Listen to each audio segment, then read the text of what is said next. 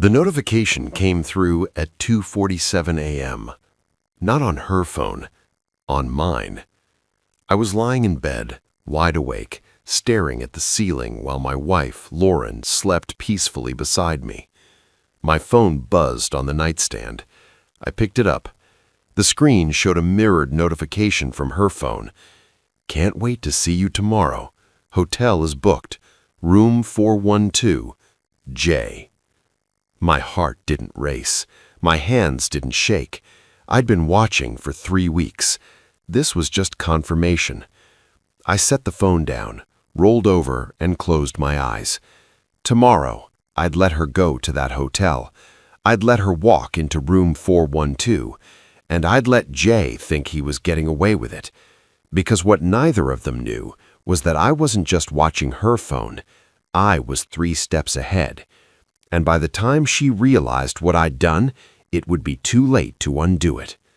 If you want to know what happens when a man stops reacting and starts planning, hit subscribe. Because what I found on that cloned phone didn't just end my marriage, it saved my entire life. My name is Nathan Cross. I'm 39 years old, and I'm a network security analyst in Austin, Texas. That's a fancy way of saying I get paid to think like a hacker so companies don't get hacked. I find vulnerabilities. I exploit weaknesses. I build defenses. For 15 years, I've been teaching corporations how to protect their data from people who want to steal it. Ironic, isn't it? Because the biggest theft in my life happened right under my nose, and the thief was sleeping in my bed. Lauren and I met in college, University of Texas, 2006. She was pre-med. I was computer science. We were the classic opposites attract story. She was outgoing, social, the life of every party. I was the quiet guy in the corner with a laptop, happy to let the world spin without me. But she saw something in me, or at least she said she did. We got married in 2012. Small ceremony, just family and close friends. She became a nurse practitioner. I climbed the ladder in cybersecurity. We bought a house in South Austin, 2 cars, a dog named Cisco. Yes, after the networking company. On paper, we were living the dream. But somewhere along the way, the dream started to crack. It started small, little things that didn't add up. She'd come home from work later than usual. Charting took forever, she'd say. She'd take phone calls in the other room. Just a friend venting, she'd explain. She started dressing differently. Not for me, I could tell, but for someone. New perfume, new lingerie that I never saw her wear. And her phone. God, her phone. It became an extension of her hand. Always face down, always locked, always just out of reach. One night, about 2 months ago, we were sitting on the couch watching TV. Her phone buzzed. She picked it up, glanced at the screen, and smiled. Not a polite smile, a real one, the kind she used to give me. "What's so funny?" I asked. She locked the screen immediately. "Nothing, just a meme from work." "Can I see?" Her eyes flicked to me, defensive. "Why?" "Just curious." "It's not that funny," she said, setting the phone face down on the couch. "You wouldn't get it." That sentence sat in my chest like a stone. You wouldn't get it. Translation, you're not part of this. I'm not a jealous person by nature. I don't check phones, I don't snoop, I don't play detective. But I'm also not stupid. And my job has taught me one critical lesson. When someone starts hiding their digital life, they're hiding something real. So I started paying attention. Not obsessively, just carefully. I noticed patterns. She'd text someone, smile, then delete the conversation immediately. She'd take her phone into the bathroom, into the garage, anywhere I wasn't. She started working late more often. "We're short-staffed," she'd say. But when I checked her hospital schedule, publicly available online, her shifts didn't match her stories. One night, she said she was working until 10 p.m. I drove by the hospital at 9:30. Her car wasn't there. That's when I made the decision. I wasn't going to confront her, not yet, because confrontation gives people a chance to lie, to spin, to cover their tracks. I needed proof, and I knew exactly how to get it. Here's the thing about smartphones. They're incredibly secure until they're not. Most people think a passcode and Face ID make their phone impenetrable. They're wrong. If you know what you're doing, and I do, there are ways in. I didn't need her passcode. I didn't need her fingerprint. I just needed 5 minutes alone with her phone, and I got it. It was a Saturday morning. Lauren was in the shower. Her phone was charging on the kitchen counter. I picked it up, plugged it into my laptop, ran a script I'd written years ago for work, technically for security audits, but it works just as well for other things. The script cloned her phone's data onto a virtual device on my laptop. Messages, emails, photos, app data, everything. And the best part? It created a live mirror. From that moment on, every text she sent, every call she made, every photo she took, I saw it in real time on my laptop. She had no idea. The whole process took 4 minutes. I unplugged her phone, set it back on the counter, and walked away. By the time she got out of the shower, I was on the couch, drinking coffee, scrolling through my own phone, like nothing had happened. "Morning," she said, kissing the top of my head. "Morning," I replied, and I smiled because I'd just turned her phone into a window, and I was about to see everything. The first message came through that afternoon. I was in my home office working when my laptop pinged. A new text on Lauren's phone. "Hey beautiful, miss you already." Sender, J. No last name, just J. I stared at the screen. My hands didn't shake. My heart didn't race. I just watched. Lauren replied, "Miss you too. Can't stop thinking about last night." Last night? Last night, she'd told me she was having drinks with her coworker, Melissa. She'd come home at 11:30, smelling like wine and something else I couldn't place. I'd asked how Melissa was doing. "Good," Lauren had said. "We just needed to blow off steam." Now I knew. There was no Melissa. There was Jay. Over the next 3 weeks, I watched their entire relationship unfold on my laptop screen. I didn't confront her. I didn't rage. I didn't even let on that I knew. I just documented. Every text, every call, every photo. I learned that Jay was Jason. Jason Carr, a pharmaceutical rep who worked with Lauren's hospital. 32 years old, divorced, drove a BMW, lived in a high-rise downtown. They'd been seeing each other for 4 months. 4 months. They met for lunch, for drinks, for hotel rooms on nights Lauren told me she was working late. The messages were explicit, detailed, the kind of thing that would make a lawyer very happy in a divorce proceeding. But I didn't just save the messages, I saved everything. Screenshots, time-stamped, geotagged. I cross-referenced her location data with her stories. Every lie cataloged, every discrepancy noted. I built a case the way I'd build a security audit, thorough, methodical, airtight. The hardest part wasn't the evidence, it was pretending. Every morning I'd wake up beside her, kiss her goodbye, and send her off to work. Every evening she'd come home, and we'd have dinner, watch TV, talk about our days. She'd tell me about patience, about stress, about how tired she was. And I'd nod, sympathize, offer to give her a back rub. All while knowing exactly where she'd been, who she'd been with, what they'd done. It was like living in 2 realities. In one, I was Nathan, the trusting husband. In the other, I was Nathan, the man watching his marriage disintegrate in real time on a laptop screen.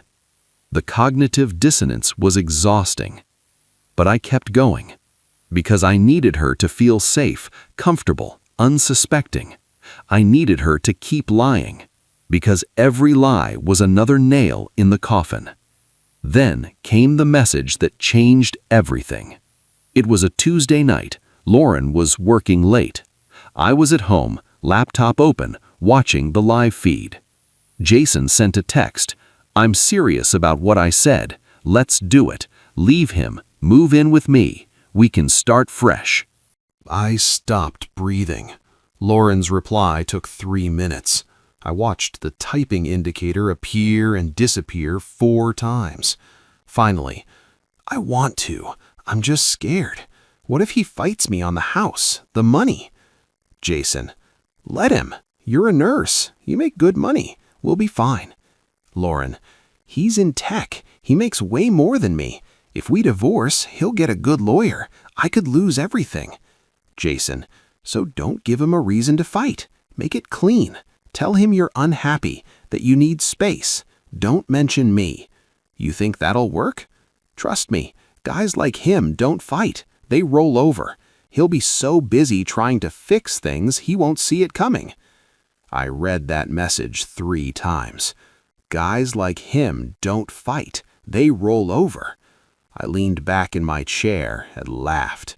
Not a bitter laugh, not a sad laugh, a real, genuine laugh, because Jason had no idea who he was talking about. The next day, I called my lawyer. His name is Richard Moss. I'd worked with him on a corporate contract dispute a few years back. Sharp, ruthless, the kind of guy you want in your corner when things get ugly. "Nathan," he said when I walked into his office, "good to see you. What brings you in?" I set my laptop on his desk, opened the folder labeled Evidence. "I need to file for divorce." Richard raised an eyebrow. "I'm sorry to hear that." "Don't be. I'm not." I walked him through everything: the cloned phone, the messages, the affair, the timeline. He scrolled through the screenshots, his expression neutral. When he finished, he looked up at me. "This is comprehensive. I'm thorough. I can see that." He leaned back. "Texas is a community property state, but adultery can affect the division of assets, especially if marital funds were used to facilitate the affair." "They were," I said. "Hotel rooms, dinners, gifts, all on our joint credit card." Richard smiled. "Even better." "There's one more thing," I said. "What's that?" "I don't want her to know I'm filing until the papers are served. I want it to be a surprise." Richard's smile widened. "I like the way you think." Over the next 2 weeks, Richard and I built the case. We didn't just document the affair. We documented everything. Financial records showing Lauren's spending on the affair, evidence of her lies, texts saying she was at work, cross-referenced with location data showing she was at Jason's apartment, a timeline of the relationship, complete with dates, times, and locations. We even pulled Jason's social media. Turns out he'd posted a photo of them together at a bar, Lauren's face conveniently cropped out, but her distinctive bracelet visible. Amateur hour. Richard filed the petition on a Thursday. The process server would deliver it to Lauren at work the following Monday. I didn't tell her. I didn't hint.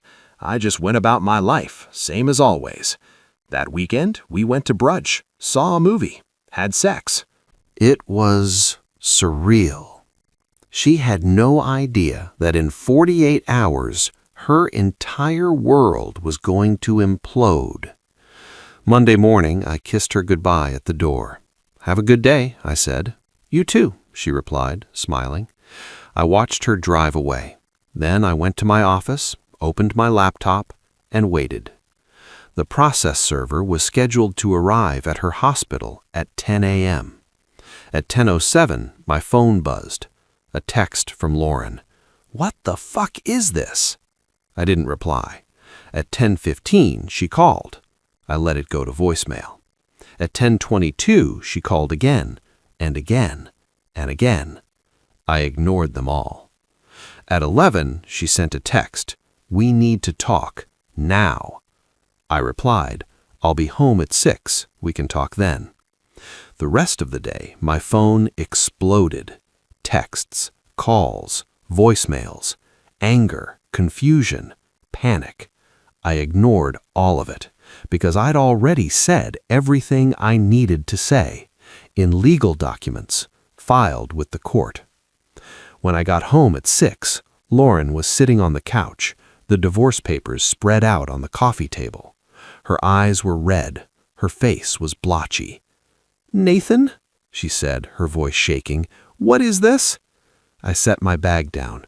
"It's a petition for divorce." "I can see that," she snapped. "Why?" I looked at her, really looked at her. This woman I'd loved for 17 years, this woman I'd built a life with, and I felt nothing. "You know why," I said calmly. "No, I don't," she said, standing up. "You didn't even talk to me. You just—" "Jason Carr," I said. She froze. The color drained from her face. 4 months, I continued. Hotel rooms, his apartment, the bar on 6th Street where you told me you were having drinks with Melissa.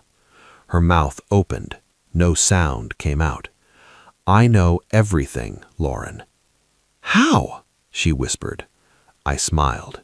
"I'm a cybersecurity analyst. It's literally my job to find things people are trying to hide." She sank back onto the couch, her hands shaking. "Nathan, Don't," I interrupted. "Don't apologize, don't explain, don't insult me by pretending this was a mistake." Tears started streaming down her face. "It wasn't supposed to happen. I didn't mean—" "You didn't mean to get caught. There's a difference." She tried every angle. First, denial. "It's not what you think." Then, minimization. "It was just a fling. It didn't mean anything." Then, blame. "You were always working. You were never home. I was lonely." I let her talk, let her cycle through the script. When she finally ran out of words, I spoke. "I've filed for divorce. The papers outline the terms. You can accept them, or we can go to court." "What terms?" she asked, voice small. "You keep your car, your retirement account, your personal belongings." "And you get everything else?" she said bitterly. "I get the house, the joint accounts, and I'm asking the court to award me a larger share of the marital assets due to your adultery and misuse of marital funds." "Misuse?"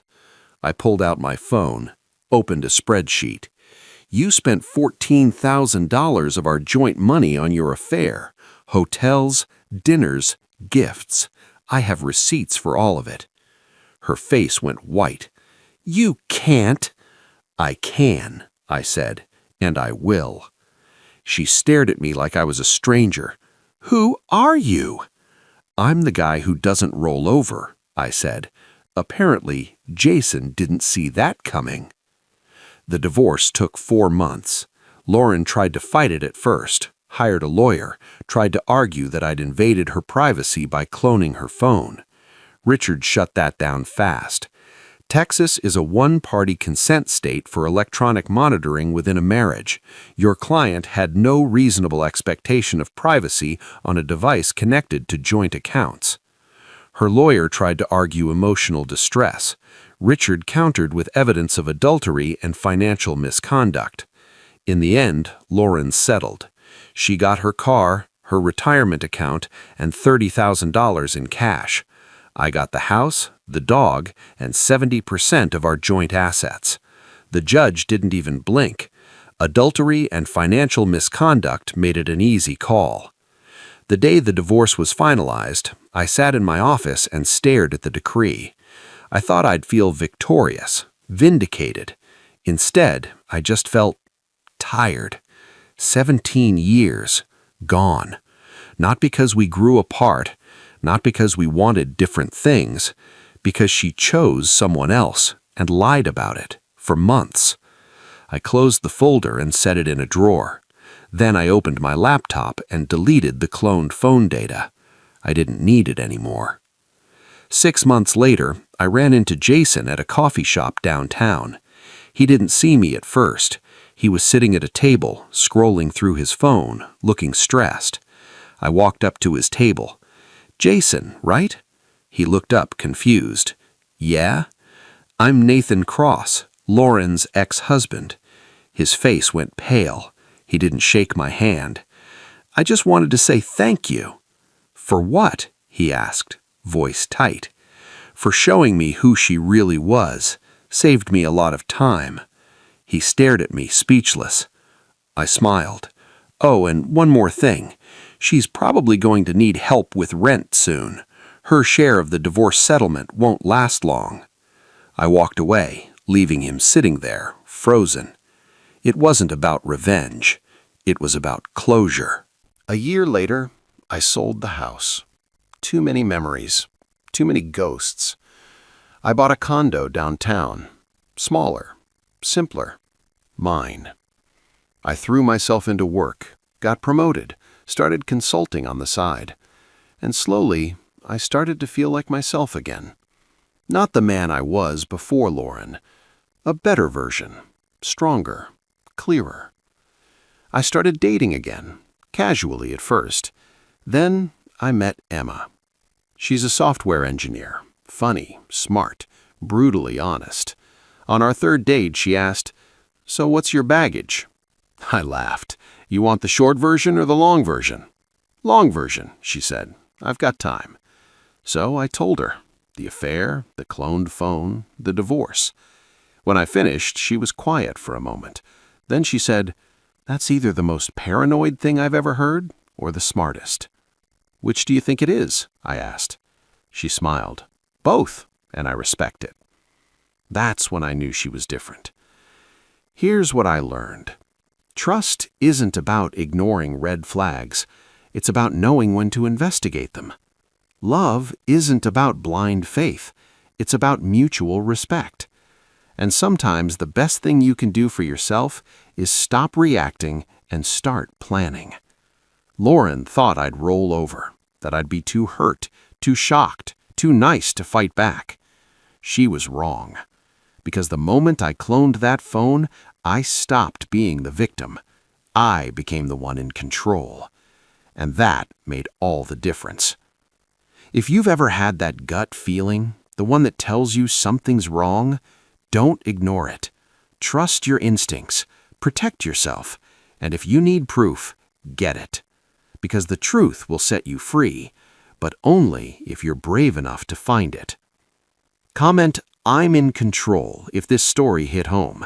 Hit subscribe for more stories about the quiet power of preparation.